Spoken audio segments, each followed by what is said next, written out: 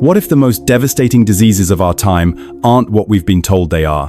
What if the relentless progression of type 2 diabetes, heart failure, and kidney disease isn't a sign that the body is broken, but a desperate sign that it is starving? Imagine being locked in a house full of food, yet wasting away from hunger. This isn't a riddle. For millions, it's a biological reality happening inside their own cells, right now. Today, we're not just telling you a story. We're showing you the key to that locked door. This is the story of a daughter who defied the certainty of death for a chance at life, and a doctor whose radical idea could rewrite everything we know about medicine. What you are about to hear is a journey of courage, science, and the fight for every last breath. If you believe that stories can spark real change and challenge the way we see the world, please take a second to hit that like button. It truly helps our channel grow. And make sure you subscribe and turn on notifications so you never miss a chapter in our exploration of ideas that matter. The air in the renal unit hummed with a low, mechanical rhythm, a sound Lily Jenkins had come to associate with the slow draining away of hope. It was the sound of machines doing the work that her mother's body no longer could. She sat on a worn vinyl chair, her gaze fixed on the thin tube that carried her mother's blood away, through the dialysis machine, and back again, a pale, life-sustaining river. Sarah Jenkins lay in the recliner, her eyes closed. She wasn't sleeping, not really. It was a state of surrender, a place beyond exhaustion. Her skin, once warmed by hours spent in her garden, now had the pale, papery look of a pressed flower. The vibrant woman who could name every bird by its song and every plant by its Latin name had faded, replaced by this quiet, fragile stranger. On the small table beside her, a dozen pill bottles stood like a silent, colorful army that was losing the war. "Just a little longer, Mrs. Jenkins," a nurse said, her voice kind but practiced. "You're doing great." Lily offered a weak smile. Great. The word felt like a cruel joke. Every week, they were here, tethered to this machine for 4 hours, 3 times a week. And every week, her mother seemed a little more distant. Her mind a little foggier, her body a little weaker. The doctors were kind, the nurses were gentle, but their words were always the same. They were managing the symptoms, managing the heart disease, managing the kidney failure, managing the type 2 diabetes that had started it all. But they weren't fixing anything. It felt like they were just expertly documenting a slow collapse. That night, sleep refused to come. The rhythmic hum of the dialysis machine echoed in Lily's mind. She sat in the dark, the glow of her laptop screen illuminating her face as she typed desperate words into the search bar: reversing type 2 diabetes, alternatives to dialysis, hope for kidney failure. For hours, she waded through a digital swamp of false promises and miracle cures. She felt her own hope begin to fray. Then, she found it. It wasn't a flashy website or a product testimonial. It was a link buried in a medical forum to a university lecture, flagged as controversial. The speaker was a man named Dr. Alan Reed. She clicked play.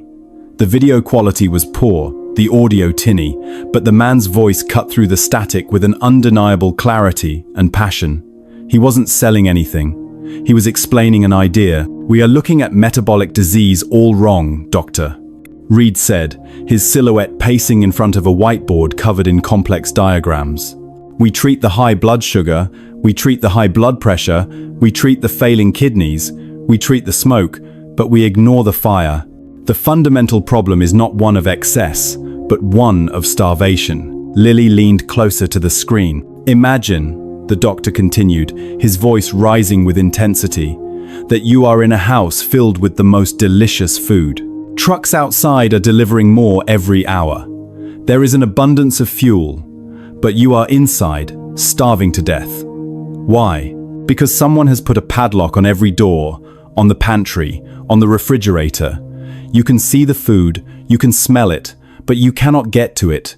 You have no energy. You are wasting away." The analogy struck Lily with the force of a physical blow. She thought of her mother, surrounded by nutrients from her meals and IV drips, yet withering away, her cells literally dying from a lack of energy. That padlock, Dr. Reed declared, his voice ringing with conviction, is a biological phenomenon called insulin resistance. Your body's cells are locked. They are starving in an abundance of fuel. And this cellular starvation is what we call diabetes, what leads to heart disease, Alzheimer's, and kidney failure. It is energy failure, plain and simple. Tears streamed down Lily's cheeks.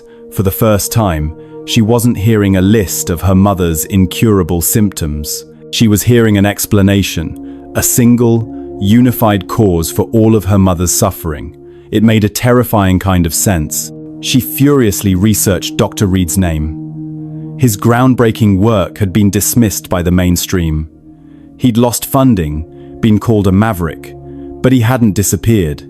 A recent staff directory showed he was now working in a small, underfunded research wing. Lily's heart leaped into her throat. It was at St. Jude Metropolitan Hospital, the very same hospital where her mother was slowly fading away. A new feeling pushed through the exhaustion and despair, a fragile but fierce flicker of purpose. She wasn't just going to stand by and watch her mother disappear. She was going to find the man who understood the padlock, and she was going to ask him if he knew how to find the key. Dr. Alan Reed's laboratory was located in the hospital's basement, a place where forgotten equipment and old records went to die. It was a world away from the gleaming, sterile corridors upstairs. Here, the air smelled of old paper, ozone, and strong coffee. The walls weren't white. They were a chaotic collage of whiteboards covered in a dizzying web of metabolic pathways, chemical equations, and hand-drawn diagrams of mitochondria, the tiny, bean-shaped powerhouses of the cell. Stacks of scientific journals threatened to topple over from every available surface. It was the organized chaos of a mind that saw the world on a cellular level. Alan stood before his largest whiteboard, a marker in hand, staring at a complex chain of reasoning he'd been wrestling with for weeks. He was so engrossed he didn't hear the door open until a smooth, polished voice cut through his concentration. "Still chasing ghosts, Alan." Alan didn't need to turn around. He knew that voice. Dr. Marcus Vance stood in the doorway, his immaculate suit and perfectly knotted tie, a stark contrast to the lab's clutter. Vance was the head of endocrinology, a man who moved through the hospital with an aura of unshakable authority. He believed in protocols, pharmaceuticals, and peer-reviewed, double-blind studies. He did not believe in ghosts. "They're not ghosts, Marcus," Alan said, finally turning. "They're the energy factories in every cell of our bodies, and they're failing. That's the machine, and we're ignoring it. We're managing the disease according to established, evidence-based best practices," Vance corrected him, his tone patient but firm. It was the tone one used for a brilliant but misguided child. "I'm here to remind you that those practices are what govern this hospital. I've heard you've been counseling patients again. Don't peddle false hope, Alan. It's cruel, and it's a liability." The history between them hung heavy in the air. Years of arguments in boardrooms, of Reed's research proposals being rejected, of Vance warning him to stay in his lane. Vance wasn't a bad man. He was simply a pillar of the system that had cast Alan out. Before Alan could retort, a hesitant knock came from the open door. Lily Jenkins stood on the threshold, looking small and overwhelmed. She had followed the winding basement corridors, her confidence wavering with every step. The messy lab and the palpable tension between the two doctors were not what she had expected. Vance gave her a dismissive glance before turning back to Alan. "We'll talk later," he said, his voice a low warning, and then he was gone. Lily stepped inside, clutching her purse strap. "Dr. Reed." "I'm busy," Alan said, his tone sharp with the lingering frustration from his encounter with Vance. "Please." Lily's voice was quiet but steady. "I saw your lecture online about the padlock on the door." The words stopped Alan cold. He turned to face her fully, his gaze sharp and analytical.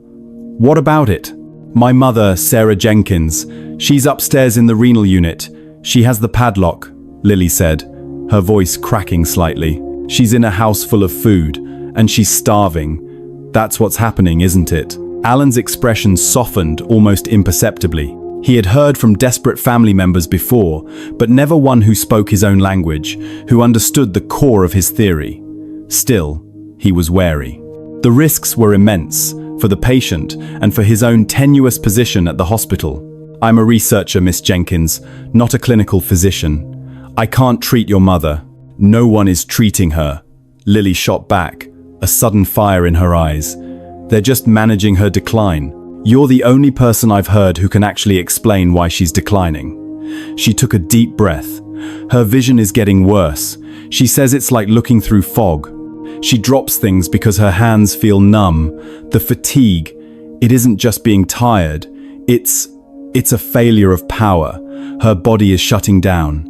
As Lily spoke, Alan's academic interest morphed into an intense professional focus. He wasn't just hearing a list of symptoms anymore. He was hearing a textbook case study, a perfect, tragic manifestation of his life's work.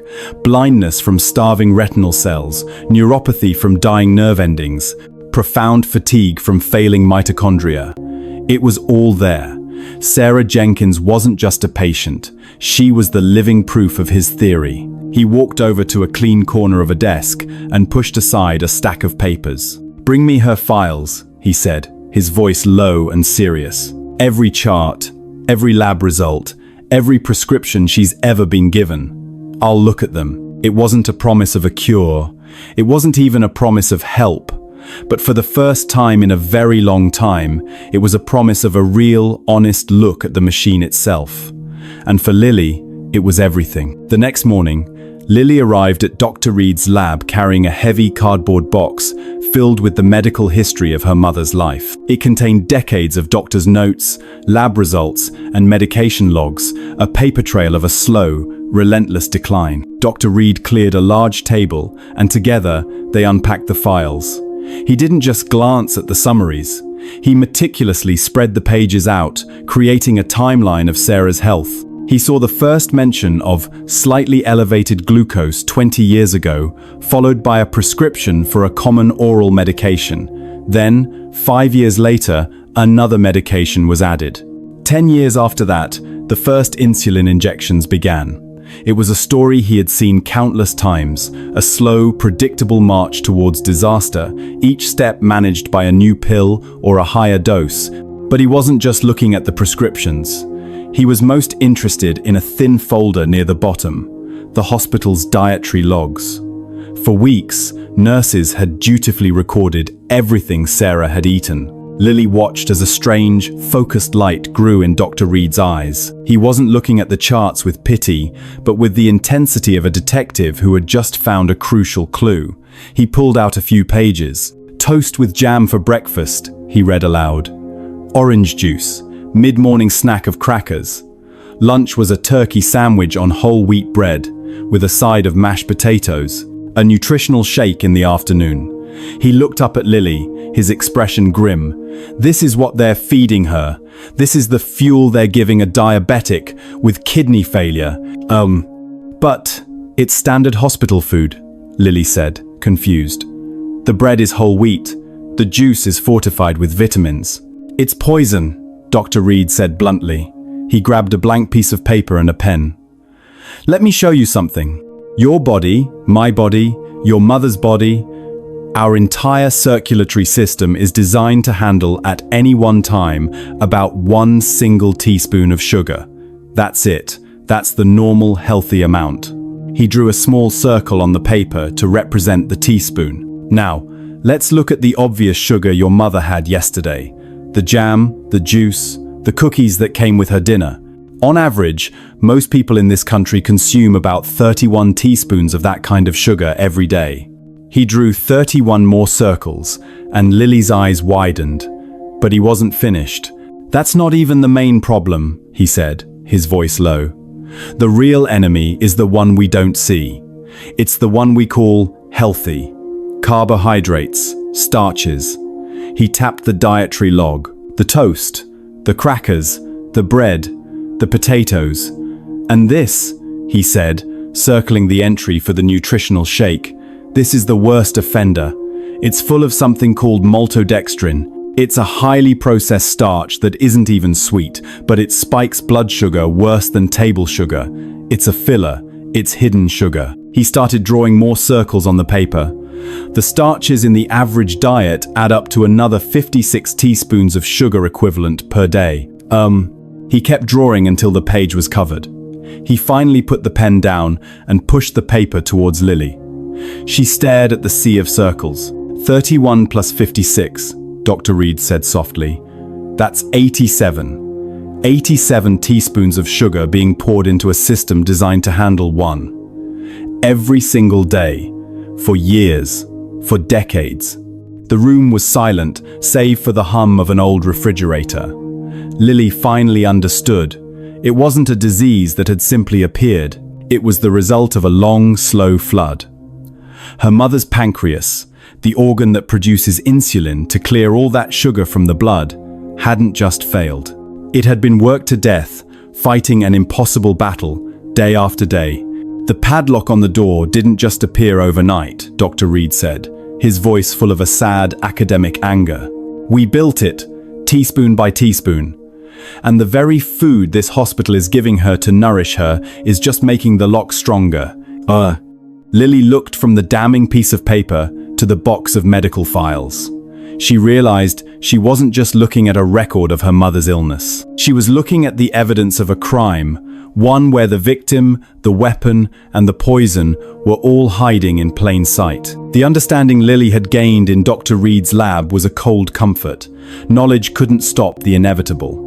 2 days later, a rapid response team was called to her mother's room. Sarah's heart, strained from years of fighting, had faltered. It was a minor cardiac event, the doctors called it, but Lily knew it was a major tremor before the earthquake. Sarah stabilized, but the event had left her even weaker, her breath shallow, her presence in the room seeming to diminish with each passing hour. The next morning, Dr. Vance called Lily into his office. His demeanor was solemn, his voice gentle. It was the voice of a man about to deliver a final, terrible verdict. Lily, we've done everything we can, he began, his hands folded neatly on his polished desk. Her kidneys are now functioning at less than 10%. Her heart is severely compromised. The medications are no longer effective. They are merely adding to the strain on her system. He paused, his gaze meeting hers with practiced compassion. I think it's time we discussed making her comfortable. We should consider shifting our focus to palliative care. Oh, the words, though softly spoken, landed like stones. Palliative care. It was a clinical, sterile term for surrender. It meant pain management, comfort, and waiting for the end. It was the official, medically sanctioned end of hope. Lily felt a strange calm settle over her. The fear that had been her constant companion for months was suddenly replaced by a sharp, cold clarity. Dr. Vance was offering her a certainty. Her mother would die, gently and comfortably, under his care. Dr. Reed, the ghost in the basement, was offering her an uncertainty, a wild, unproven chance that she might live. Faced with a definite end and a possible beginning, the choice became terrifyingly simple. She stood up. No. Dr. Vance looked surprised. Lily, I understand this is difficult to hear. No, she repeated, her voice stronger now. You've done everything you can. You've followed every protocol, but you haven't tried to fix the machine. Vance's expression hardened. If you're referring to Dr. Reed's theories, I am, she said, cutting him off. I want my mother's care officially transferred to him. I want to try his nutritional protocol. A flash of anger crossed Vance's face. Absolutely not. It's reckless. It's unapproved, untested, and dangerous. I will not sign off on putting a critically ill patient through such a radical, unsupported regimen. It would be a violation of my oath. What is your oath doing for her right now? Lily challenged, her voice rising, filled with the grief and frustration of 1,000 helpless nights. Your protocols are leading her to palliative care. You're offering her a comfortable death. Dr. Reed is offering her a difficult chance at life. I choose the chance. The hospital will not permit it, Vance said, his voice cold and final. Lily took a deep breath, steeling herself. Then the hospital will have to explain why. They can explain it to the ethics committee. They can explain it to the media when I tell them that a doctor on your own staff has a potential solution you refuse to even consider. And if she dies under your care after I have made this formal request, they can explain it to my lawyers." The threat hung in the air, ugly and undeniable. Dr. Vance stared at her, seeing not just a grieving daughter, but a determined woman who could create a storm of legal and public relations problems for him and for Street Judes. His jaw tightened. He was trapped. "Fine," he clipped out, the words sharp with defeat and fury. "But it will be under the strictest possible observation. A single negative indicator, one sign of distress, any significant drop in her vitals, and the protocol is terminated immediately. He will report to me twice a day, and this will be on you, Miss Jenkins. The consequences will be entirely on you." It was a victory that felt like a declaration of war. Lily walked back to her mother's room, her heart pounding. Sarah was awake, her eyes hazy with medication. Lily sat beside her, taking her mother's frail hand. "Mom," she said softly, "we're going to try something new. A different doctor, a different kind of medicine, one made of food." Sarah's gaze drifted to Lily's face. She was too tired to understand the science, too weak to comprehend the battle that had just been fought on her behalf. All she saw was the fierce determination in her daughter's eyes. She gave the faintest squeeze of her hand. "Okay, sweetie," she whispered. "I trust you." And in that quiet room, with the hum of the machines surrounding them, they took a leap of faith together, stepping off the edge of the known world and into the terrifying, hopeful unknown. The first meal did not arrive on a standard-issue hospital tray. Instead, Lily prepared it herself in a small, sterile kitchenette reserved for families, her movements precise and full of a nervous reverence. This was not just lunch. It was the first dose of a new kind of medicine. Dr. Reed had walked her through it, not as a chef, but as a pharmacist filling a critical prescription. The ingredients felt foreign in the clinical environment. A bag of fresh, dark green arugula, its leaves looking vibrant and alive. A bottle of deep green, extra virgin olive oil. Unfiltered apple cider vinegar. A small bag of raw pumpkin seeds, and a canister of nutritional yeast, which he called the spark plugs for her cells. For the main course, there was no mystery meat in a brown gravy. It was a simple hamburger patty, sourced from a local farm that raised grass-fed cattle, which Lily had pan-seared with only salt and pepper. There was no bun, no ketchup, no cheese. As she assembled the plate, the contrast with the food her mother had been eating was staggering. This meal was a collage of rich, natural colors. It smelled of earth and pepper and savory meat. It smelled real. She carried the tray into Sarah's room. Her mother's eyes opened, hazy and uninterested. She looked at the plate, and a small frown touched her lips. "What's this?" Sarah whispered, her voice barely a rustle of dry leaves. "It's lunch, Mom," Lily said, her own voice bright with a hope she didn't fully feel. "It's from Dr. Reed. It's designed to be powerful." "Oh." Lily cut a small piece of the hamburger and dipped it in the juices on the plate, lifting the fork to her mother's lips. Sarah chewed slowly, her expression neutral. Then Lily offered a forkful of the arugula, lightly dressed in the oil and vinegar. Sarah recoiled slightly at the taste. The peppery, bitter bite of the green was a shock to a palate accustomed to the bland, soft, and sweet flavors of processed food. "It's sharp," Sarah murmured. She managed 2 more bites of the hamburger and another small taste of the salad before pushing the fork away with a weak hand. "I'm tired, sweetie, I can't." A wave of disappointment washed over Lily. She had imagined a more dramatic moment, a sudden awakening of appetite, a sign of immediate change. Instead, all she saw was her mother's profound weariness. Just then, Dr. Reed appeared in the doorway. He glanced at the barely touched plate, but his face registered no concern. He walked over and picked up a single leaf of arugula from the salad. "Do you know what this is, Lily?" he asked, holding it up. "This isn't just a leaf, it's a signal. It's loaded with nitrates that your body will convert into nitric oxide. It's telling your mother's arteries, the tiny blood vessels that have been stiff and damaged for years, to relax and open up. It's clearing the highways." He then pointed to the golden green sheen of the olive oil on the plate. That oil is packed with polyphenols. Think of them as a repair crew for the lining of those highways. He gestured toward the hamburger. And this. This is the highest quality building material you can find. It's full of the specific amino acids and carnitine needed to rebuild the mitochondria, to get the engines in her cells firing again. He looked at Sarah, who was listening with her eyes closed, and then back at Lily. She ate 3 bites, Dr. Reed said, his voice quiet but firm. That means we just delivered the first shipment of materials to the construction site. This isn't about filling her stomach, it's about reawakening her cells. Today, the work began. Lily looked at the simple meal with new eyes. It wasn't a failure, it was a beginning. It was the first quiet, crucial step in the long journey back to life. The first 72 hours were a special kind of hell. The initial hope from the first meal evaporated into a grueling battle. Sarah's body, so long accustomed to a flood of sugar and processed carbohydrates, began to rebel. A splitting headache settled behind her eyes, and a deep, aching fatigue pulled at her limbs, far worse than before. She was irritable, her nerves frayed, and she tossed and turned in the hospital bed, her sleep plagued by a gnawing, desperate hunger. It wasn't a normal hunger.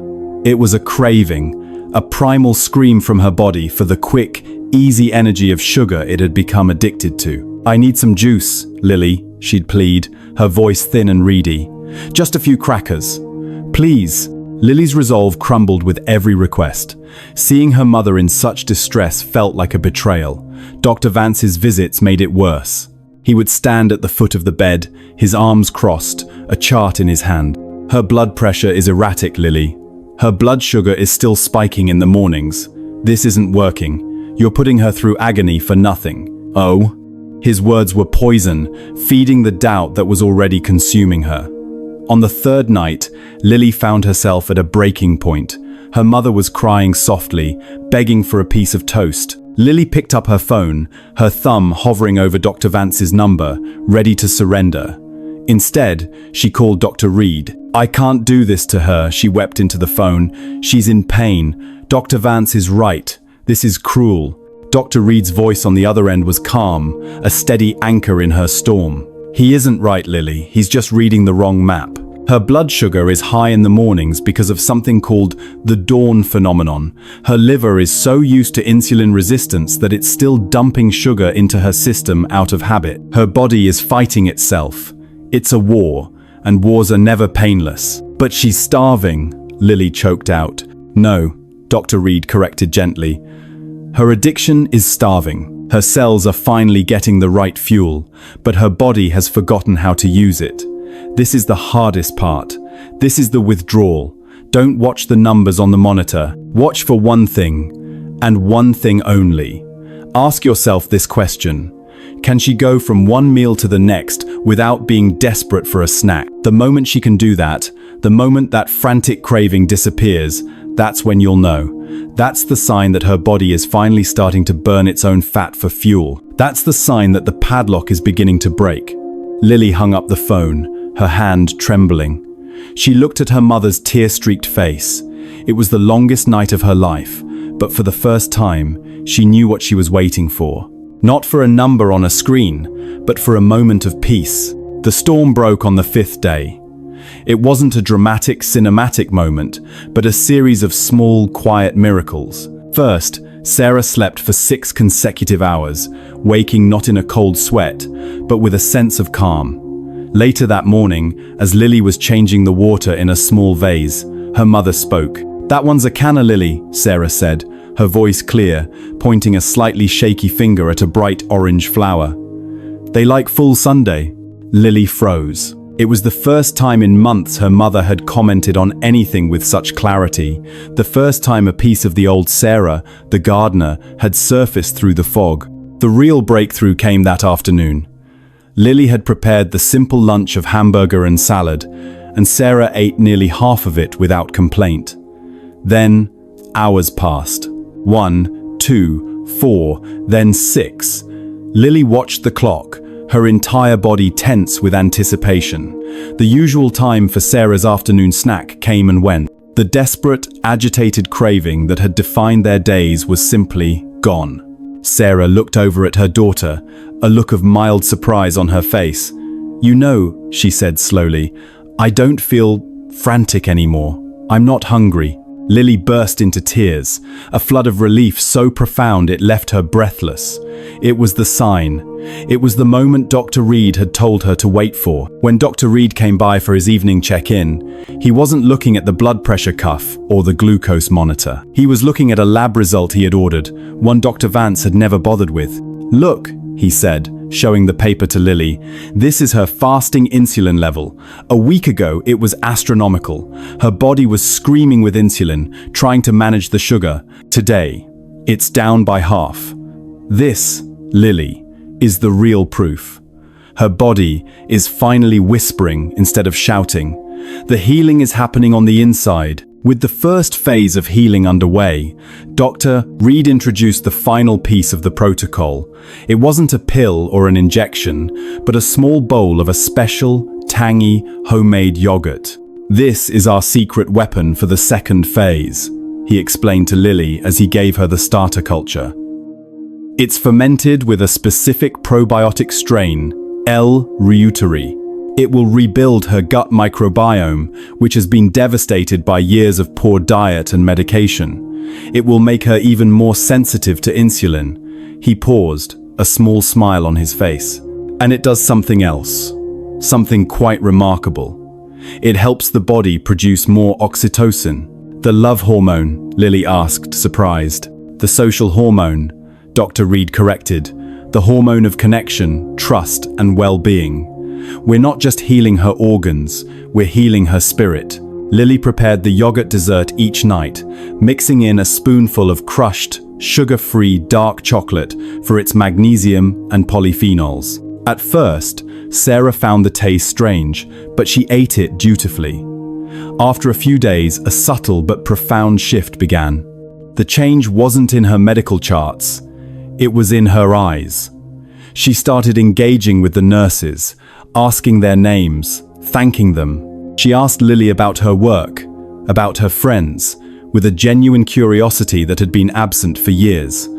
One afternoon, she smiled, a real, crinkling smile, at a funny story Lily told her. It was as if a light had been switched back on in a distant, forgotten room inside her. She was not just a patient anymore. She was becoming a person again, reconnecting with the world and with the daughter who had refused to let her go. 3 weeks after the first meal, Sarah Jenkins was a different woman. With the help of a physical therapist, she was walking the hospital corridors, her steps slow but steady. The dull, grey pallor of her skin had been replaced by a healthy, pinkish hue. The fog in her mind was gone. The transformation was so complete it was unnerving. To the nurses, it was a miracle. To Dr. Reed, it was science. To Dr. Vance, it was a dangerous anomaly. "It's a temporary remission," Vance argued during a tense meeting. "A fluke. We don't know what this extreme diet is doing to her long term. We have no hard data." "Then let's get it," Reed replied calmly. He received approval to run a series of advanced tests, including a mitochondrial stress test, a sophisticated analysis that could directly measure the performance of Sarah's cellular engines. The following week, in the dim light of the hospital's imaging lab, the two doctors stood side by side, looking at a monitor. On the screen were 2 images. The first, taken from a scan a month prior, showed Sarah's mitochondria as faint, fragmented shapes, struggling to function. The second image, from that morning, was a revelation. The mitochondria were dense, numerous, and glowing with energy. "Look at the mitochondrial density," Reed said, his voice quiet with vindication. The carnitine from the red meat helped transport the fats, and the amino acids gave them the raw materials to rebuild. "We didn't just give her energy, we helped her rebuild the factories that make the energy." Vance stared at the screen, his face a mask of disbelief. He was a man who believed in data, in irrefutable proof, and here it was, glowing on a screen in front of him. He could argue with Alan Reed's theories, but he could not argue with Sarah Jenkins' cells. He said nothing, but his silence was the loudest concession Reed had ever heard. The day before Sarah's discharge, Dr. Reed met with her and Lily in her room. He didn't bring a chart or a prescription pad. He came as a guide for the next part of their journey, the return to the real world. The hardest battles have been won, he told them, but the most important one is about to begin, and it won't be fought here. It will be fought in the aisles of the grocery store. He looked at Sarah, his expression serious. Every time you walk into that store, you will be surrounded by the poison that made you sick, disguised as food. It will be in colorful boxes and convenient packages, and you only have to make one decision. You only have to say no once at the store. Oh, he leaned forward, because if you buy it, if you bring it home, it will sit in your pantry and call to you, and you will have to say no 100 times, 1,000 times. Win the battle at the store, Sarah, and you will win the war. Together, the three of them made a new kind of shopping list, not of things to avoid, but of things to embrace. Fresh greens, avocados, olive oil, nuts, seeds, high-quality meats, and fish. It wasn't a list of deprivations, it was a blueprint for a new life. For the first time, Sarah didn't feel like a patient being given instructions. She felt like a person being handed a map. News of the miracle in 3B had spread through the hospital grapevine. Nurses whispered about it at their stations. Younger residents, not yet hardened by protocol, were curious. Sarah Jenkins had walked in on the edge of death and was about to walk out on her own 2 feet. A few days after Sarah went home, a young intern found Dr. Reed in his lab. "We were wondering," she said, gesturing to a small group of other doctors behind her, "if you could explain what you did." Reed found himself holding an impromptu seminar in his cluttered basement office, drawing metabolic pathways on his whiteboard for a new, eager audience. He explained the science of insulin resistance, the role of the mitochondria, the power of real food. As he was finishing, he saw Dr. Vance standing at the back of the room, listening. Later that day, Vance appeared at his lab door alone. He looked tired, but the animosity was gone from his eyes, replaced by a grudging respect. "I've reviewed all the data again," Vance said, foregoing any preamble. "It's remarkable. The board has asked me to write a formal case study." He paused. "I'd like you to be the lead author." It was more than a peace offering. It was an admission. It was validation. And it was the beginning of a slow, seismic shift in the foundations of St. Jude Metropolitan Hospital. 3 months later, the sun shone warmly on a small, lovingly tended garden. Sarah Jenkins knelt in the rich soil, her hands, once numb and weak, now deftly pulling a weed from the base of a tomato plant. Her movements were strong, her focus absolute.